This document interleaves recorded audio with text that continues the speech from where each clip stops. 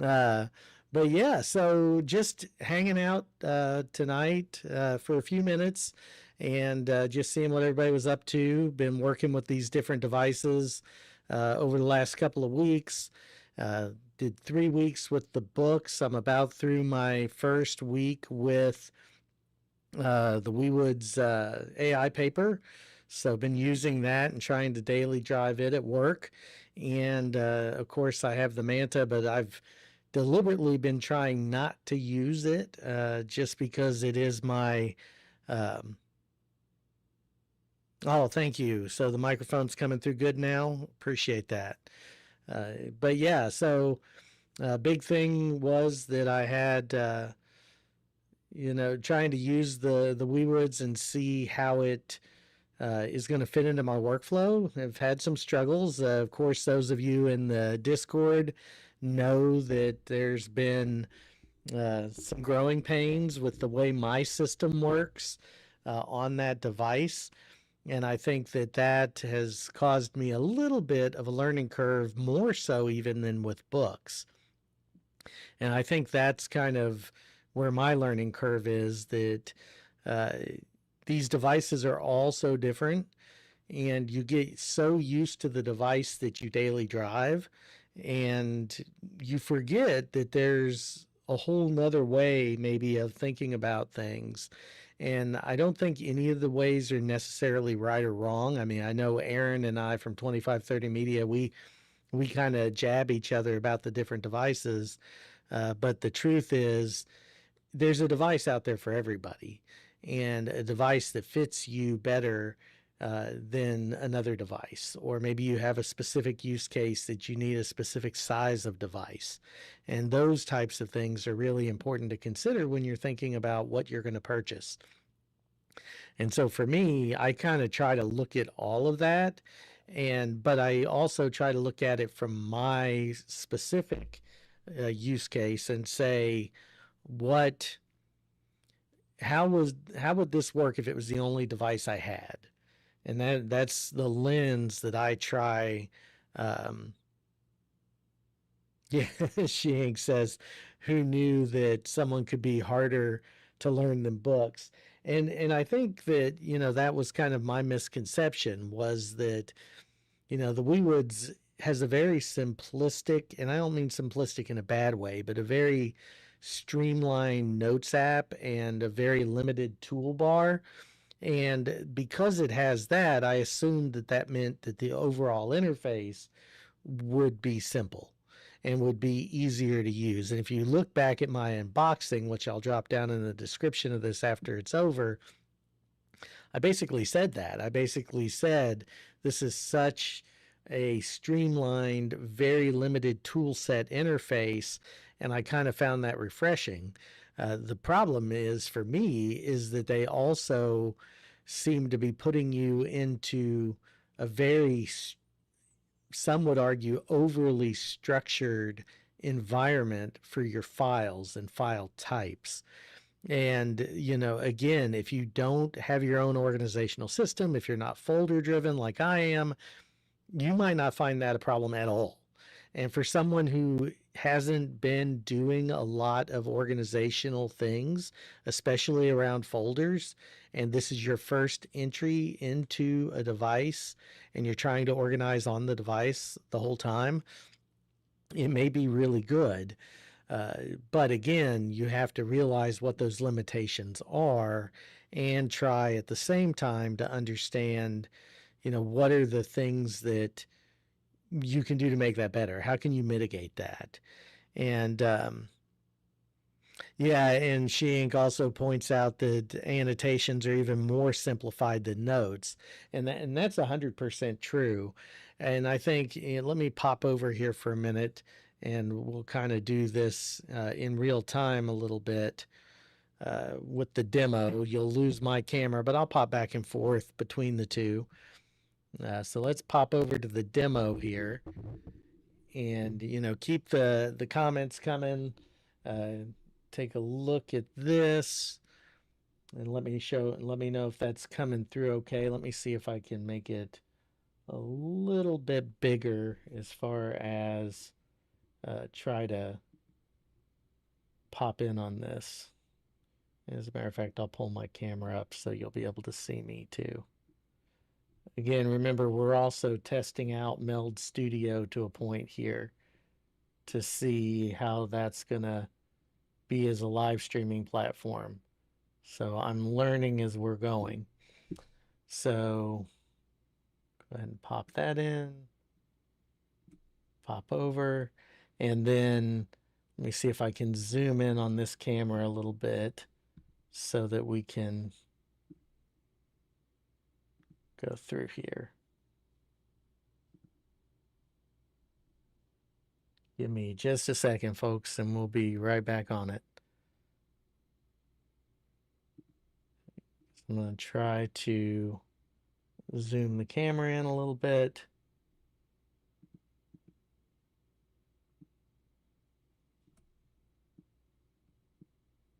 Drop in the chat any questions you have or anything like that, and we will try to address those. All right, is that better on the angle for being able to see the tablet? Again, just let me know what you think.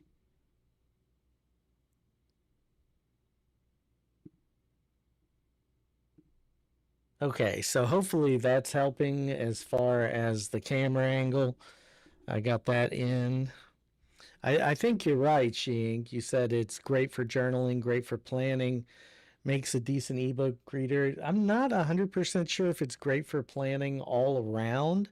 I would agree with you that it's great for planning some things, and certain components of it I think are extremely good. And I think that's where, I kind of run into this issue of trying to think through the best use case for this.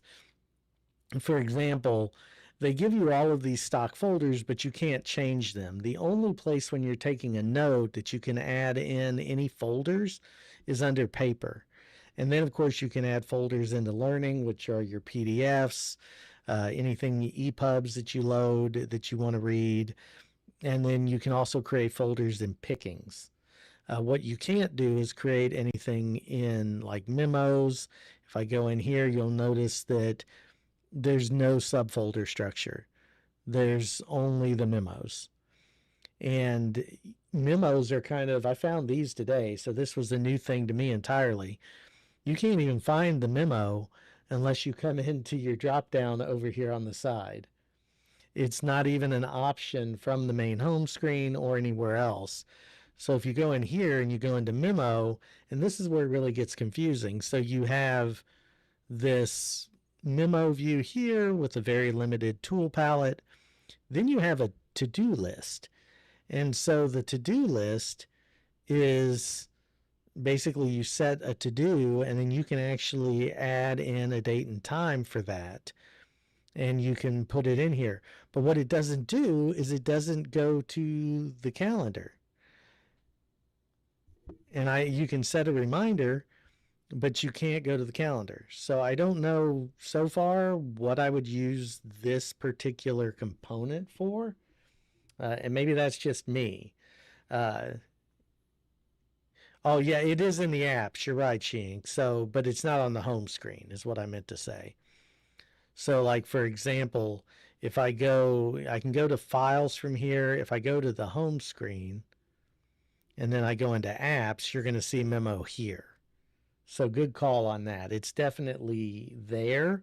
Where it's not, though, is this home screen. So on the home screen, you've got learning, you've got meeting, you've got picking, you've got paper and daily. And instead of having the app drawer over here on the left, maybe, where they could have put memos here, they have memos buried in those apps. And I just think it's a choice, and I'm not saying it's right or wrong. I'm just saying that it's different. And the fact that the memos that you do don't tie in any way to the daily, which is your calendar view, is a little bit of a miss to me. And again, that may just be because I'm so not used to this workflow and I'm still learning. But I don't understand the multiple note types. And I guess that's my biggest concern. So you'll notice you have paper and meetings. They're both a type of note. If you go into your daily, you've got tasks, which flow through to your main screen on the home screen.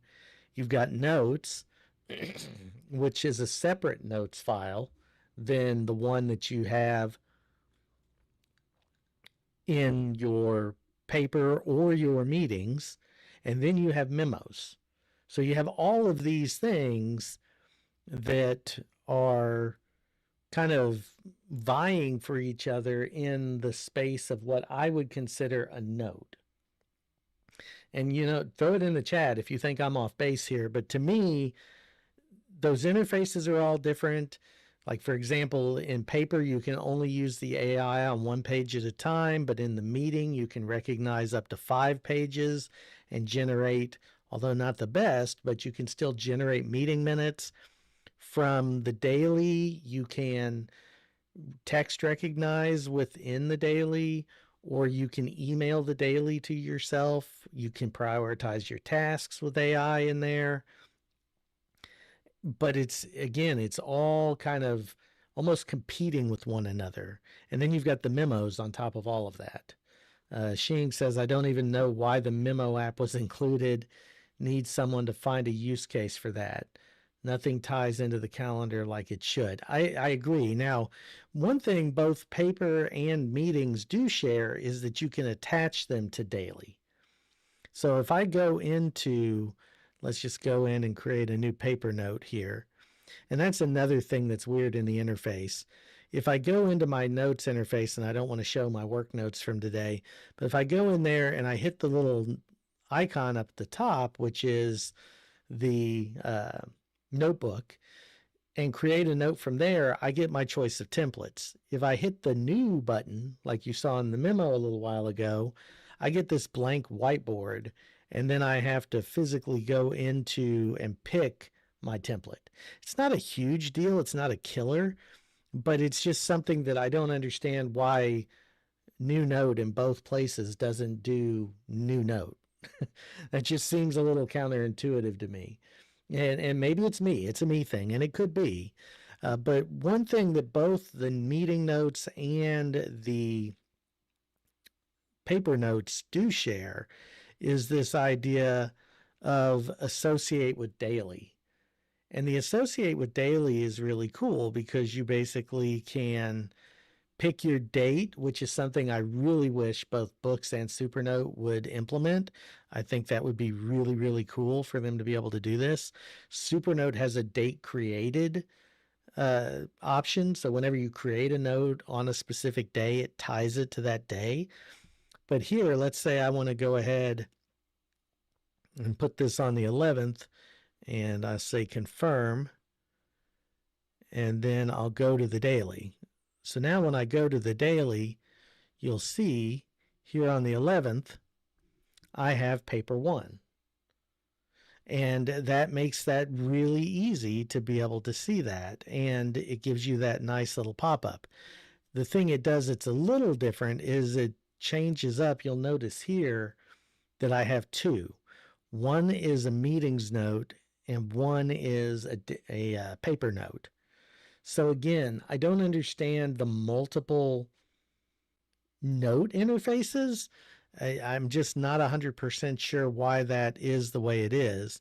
And then if you have anything on your Google Calendar, it's going to show a dark black dot. But if I write something on either the tasks, the notes, or, tasks or notes, then you are going to get a hollow circle showing you that you have something handwritten. So that part I don't mind. I actually think it's a decent interface for that. But again, I don't 100% understand why we have multiple competing notes. One thing I did notice, and I know Shink, you mentioned this during or earlier today in the Discord, is that you can't copy and paste from here to a paper note or to a meeting note, a meeting note. You can, however, convert the text to AI and then copy and paste that over. So it gets a little weird because it basically analyzes it. So I think what you would have to do is, instead of saying generate an email, you go to the AI assistant and then you would just remove the text where it says this is the text. So see, I'll show you what I'm talking about. So here is a test. And you'll notice I'm using the Norris Digital Jumbo. I really can't stand the ViWoods pen or the WeWoods pen. And that's, again, maybe a me thing, but it's just not my favorite pen. I much prefer this rubber tip on this surface. But if I go here and I go to AI Assistant, it's going to take a screenshot of that. And then when I put this in, it says image contains black handwritten text, and it goes ahead and it allows you to convert that. So it automatically converts it. So now I can go and I can hit copy, and you'll notice it says supports pasting in paper and in meetings. So now I'm going to get out of this real quick and I'll show you how that copy paste works. But again, I don't want to risk being in a work note here. So we'll go back into that paper one note. And what you'll see is if I go with a text box, which is what you have to do if you're going to paste in text, and then I hold down, I get the little paste. And then there is my text. So that's one way, very clunky, to get that out of the daily and into a note, but you can't do it as being handwritten text to handwritten text, if that makes sense. So that's kind of it's just it's a different system. And I think if you can get your head around the way their system works, especially if you aren't already stuck in the way that you do things, this could be a useful system. But you can't open Word documents. It's very limited on the document types you can open. If you download an attachment as a PDF from your email, which their email app is very well done, but if you download an attachment, you can only download PDFs or EPUBs or PNG files. And then you download that, it automatically goes to learning. So even if it's like, for example, I had to sign a new adjunct teaching letter earlier today, and it came to me in my email as a Word, so I had to forward it to myself after converting it to a PDF, opened it, it went to learning because it won't go anywhere else. And I mean, in Supernote, the way they handle that is they basically open it in your inbox, and they have a separate inbox folder from all of your emails that you have set up. But then I could sign it and then I could immediately email it, and that was really cool. But it was a very different interface than what I'm used to. And I think that that's just something that it's a learning curve. But what do you all think about? And then there are some gestures now. You have your refresh here. You can pull down this slider over here. You can have these home buttons and different things. But what do you all think? I'm going to pop back over to the actual chat here. What are your impressions so far? Any of you that may be using this?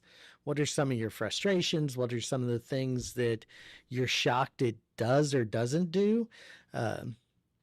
Again, I think that the AI meeting minutes could be really cool. I haven't seen it provide a really good summary yet. It added a bunch of things to a meeting I had yesterday, and I had 2 pages full of notes, and it took liberties in a really weird way with how it phrased what my follow-up items and tasks should be, even though I clearly wrote those out as bullet points. But yet the day before, I tested it on a 1-page note, and it did just fine. So I don't know what may be causing that, and maybe I just need to refine it more, or need to tweak the interface, maybe set some custom things for it to do, because you can now have custom commands. but I don't know. So what are some questions on this, the Supernote, the Note Air 4C? Uh, just again, this one's the newest one, so I haven't been using it as much, but I have been, or I've been using it every day, but I haven't used it as long yet as I did the Note Air 4C. And of course, the Supernote, whether you consider the Manta or the A5X, I've driven that for 4 years. So I know that device admittedly better than any other device that I've so far played around with. But I really have found that this has been the hardest to adapt to my personal system compared to books. And part of it is because the only place you can create custom folders is in paper. And then notes aren't notes. So no matter where you create a note on the Supernote or on books, you can move that note around. You don't have to be stuck in paper, or you don't have to be stuck in meeting. And that's kind of, I think, my biggest issue on that is you don't have root access to change your folders. Shing says, I've been driving a 10-inch for 2 days now and opened the Mini today. I don't think it's going to replace my Go 10.3. Yeah, I can't imagine it would. And that's just, I mean, I don't have the Go 10.3, but I've seen Rod use it. Obviously, Aaron has used it tremendously well. Kit has sung its praises. And, you know, Voya, anybody who's like a big name in the space has been singing the praises of the 10.3. And the Note Air 4C, quite frankly, is running a similar interface, and I like it better than this interface so far in a lot of ways. This calendar is probably the best calendar I've seen on any device, bar none. It does amazing things. But right now, that's the main thing on it, and I'm hoping over the next week or so that changes. Hi, Parmesan. Good to see you.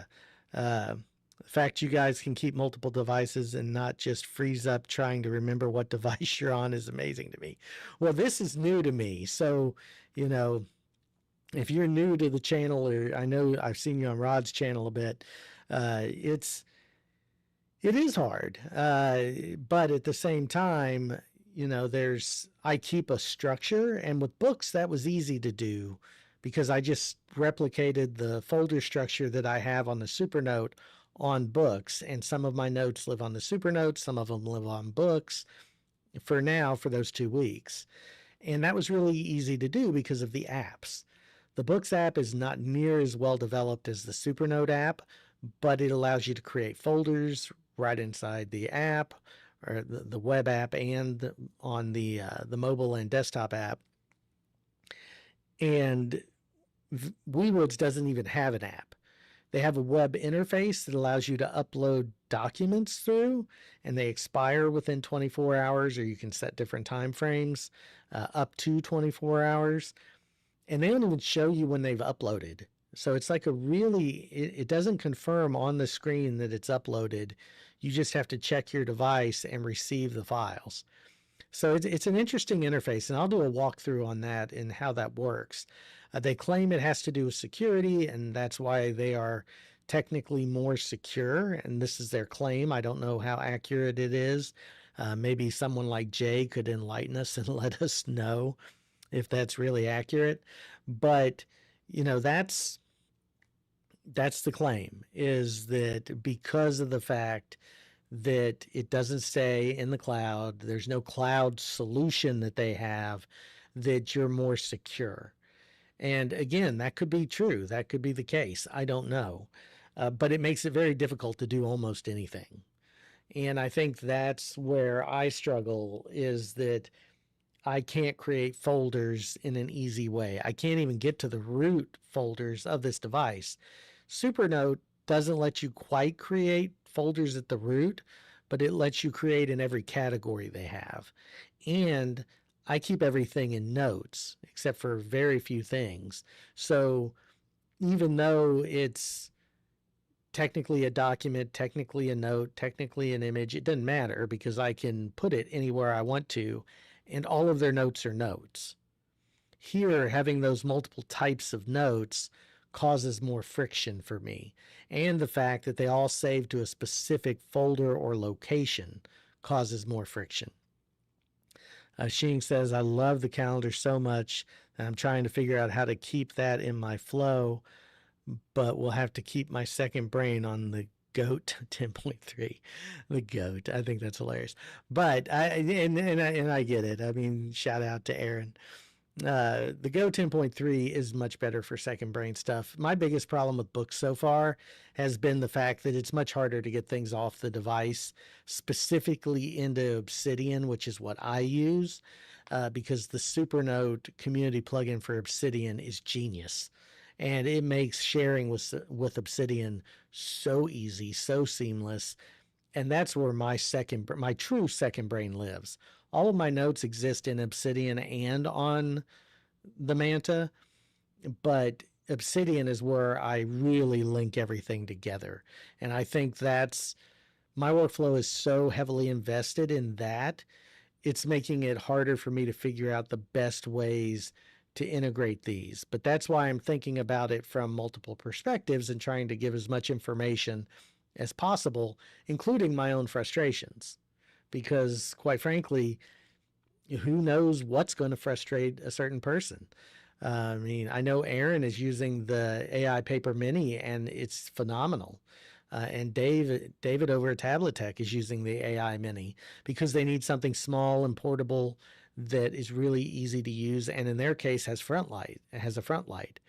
To me, if you don't need the front light, the Manta or the Nomad is a better choice if you want that small form factor. But if you need that front light, there's really nothing else that does that that's any good. The Mobi Scribe would be the closest thing as far as format, but it's older, plus it's ramping down. The biggest reason it's so good is because of the price. For that form factor at $99 to $129, you can't beat it price-wise. Parmesan says, I was frustrated with the BOOX app. My custom templates would not be visible in the app. I just set up the option that creates a PDF on my Google Drive.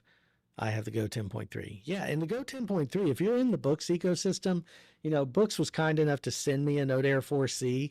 I think they wanted to get my honest opinion on color and also the Note series. They kind of knew I'm a fan. I mean, they looked at my content. They knew I'm a fan of non-front lit black and white devices. And so I think it took a little bit of guts for them to send me the Note Air 4C as something completely outside of my wheelhouse. But I will say that their software, while cumbersome in a lot of ways, once you configure it, you never have to worry about not having options. And so far on the AI paper, I'm always worried about not having options. It's almost like, yes, you have the Play Store, but you can't share with any of those apps yet. So they haven't gotten there. They have 4 different types of note, so that causes friction. And then they have this stroke of brilliance, which is the calendar, or the daily, they call it, but the calendar app, which is phenomenal. And they have an email app that is faster than any of the others I've seen other than a native app. So they're like these flashes of really, really good software. And the hardware is excellent. Same hardware for the most part, minus Feel-Right 2, that's on the Manta. And of course, it's not plastic. So, I mean, it's a plastic Mobius screen, Carta 1300, but it's not a plastic body like the Manta. But hardware-wise, the device is premium hardware. I just don't think the software experience is there yet. And they're constantly updating, so I don't know what's going to happen in the meantime. But anyway, everybody, I just wanted to jump on for a few minutes. Thanks for joining the stream. Let me know if you have any other questions or comments. Drop them down in the comments below. Again, we were trying something a little different with Meld Studio. I just want to make sure I can get this right and make sure it's coming through correctly. I may move to this over OBS, at least for individual live streams, because it is much easier to set up the camera views and angles. What it's not Oh, Shing, thank you so much. That that is far too kind, but thank you so much for that. Uh, really, really appreciate it. And but yeah, thank you all so much. Again, let me know in the comments if you have other questions or concerns.